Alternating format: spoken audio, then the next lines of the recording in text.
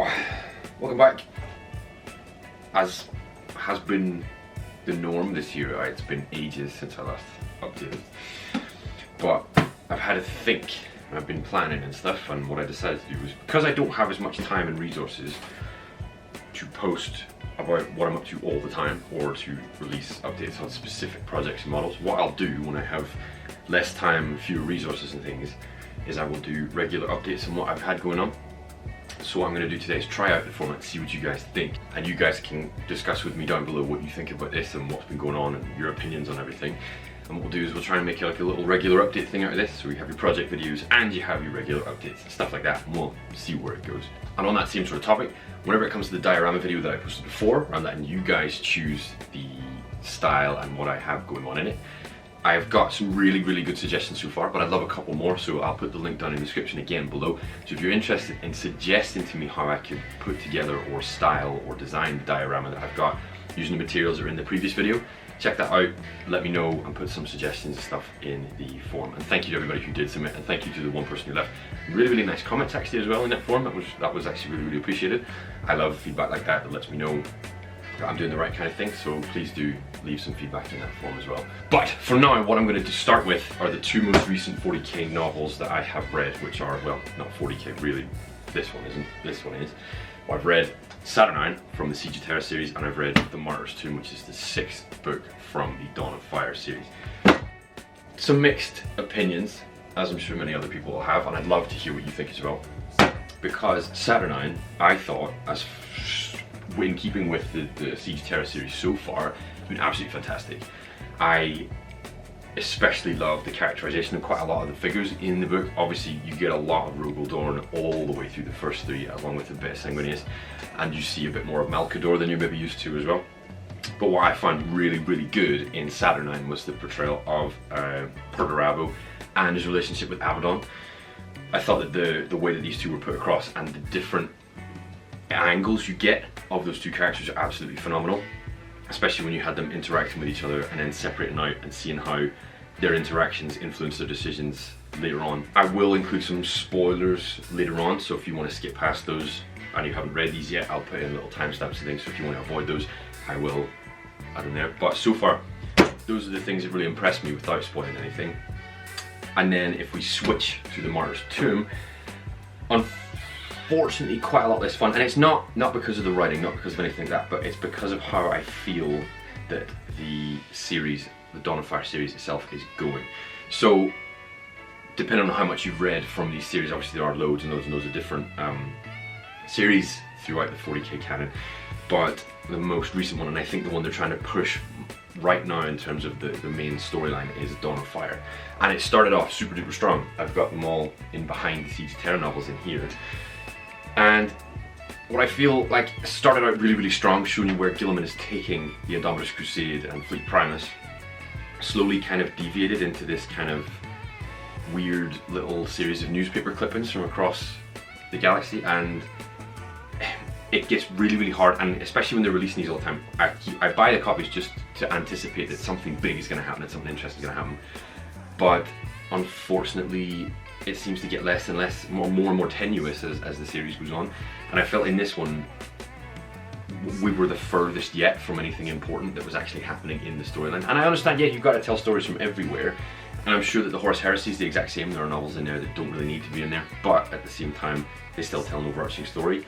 It's hard to see where a lot of this fits in. You get lots of little bits and pieces throughout this entire series that maybe contribute to something larger, but you could put them into one really big novel instead of 6 regular sized ones. So a little bit challenging with that one. And I do feel, whenever we talk about the Dawn of Fire series, it seems a little bit unfair on some of the authors, because you can always tell the big events are going to happen in the books which have the more sort of top shelf author names, the ones who are more renowned for what they've written for 40k. So if you look at someone, so I'm not trying to be, you know, demeaning of any author in particular, it's more to do with how I see them being treated by Games Workshop and the Black Library. But if you got your Dan Abnett, Guy Haley, Aaron Dembski-Bode, and people like that, if they've written it, you know something big's going to happen. But if you get something, Mark Collins, or somebody more recent, or somebody who's not written as many novels, or is more used to writing short stories, you know that the novel's not going to contain something that's big and sort of magnanimous for the series, which is unfortunate for them, and I kind of hope that as the series goes on they get more of a chance, or they're given more chances to explore really, really big things. There is something slightly large in that which I will sort of explore during the spoiler section, but it's sad to really commit to a series and want to buy and collect all the novels whenever it feels like it's moving further and further away from what you want to see. And I'm really interested to see, do you guys feel the same way about that, or are you perfectly happy or perfectly engaged by what's going on in Dawn of Fire? Because honestly, for me, it feels like they could give us more. They could give us more like big events and things like that. But let me know what you think, because that's what I'm interested in. Now, I will be moving into spoilers, but there's slight ones in this section, just one or two little ones I found really, really interesting as far as these two series go. So if you don't want to have these novels spoiled if you haven't read them yet, skip ahead a little bit. So the most engaging thing I found in Saturnine, and it's annoying to jump into the series at number 4 rather than come all the way through the series, but I decided to do this type of video now as I'm into the 4th and into the 6th of the 2 different series. But we'll jump in where we are and we'll see how things go. Looking at Saturnine, the part that really got me was just how much Abaddon got into that final battle. How much when he was finally teleported out to try and retreat, that there was no, that he was fighting the people around him to try and get back, because he didn't care about surviving. He more just cared about proving himself against the people, against the rest of the Mornival members who had moved away from the Sons of Horus and had fought for the Emperor. That scene where he wanted to die rather than carry on and with the embarrassment that he gave I thought was absolutely phenomenal. That was probably the highlight of the whole thing for me. And I thought it was really interesting at the minute seeing what's happening with Elanius Pius, who you know is going to have a larger part to play based on what you know from before. But from what I'm hearing, the Siege of Terra is changing in terms of what the events are later on. So that's really cool to see where he's coming in and how he kind of doesn't quite know who he is or where he's supposed to be yet, but you're kind of anticipating him gaining that understanding at some point. That's something I'm really looking forward to reading more about as the series goes on, and I really want to see what they do with him as he develops through the series too. And then as for the Martyr's Tomb, the only major thing really that happened in it was the fact that somebody figured out how to cross into Imperium Nihilus safely, and that might present some kind of option for Fleet Primes to make their way through to Imperium Nihilus, and that is really cool. But I would rather have just heard that had happened and then seen Fleet Primes make their way through, rather than spend an entire novel learning that this one character who was quite minor at the beginning and becomes very major at the end suddenly figures out something which will then help the main story. It feels like a side quest of someone's side quest. It's a little disappointing, but that is an interesting thing in and of itself to happen.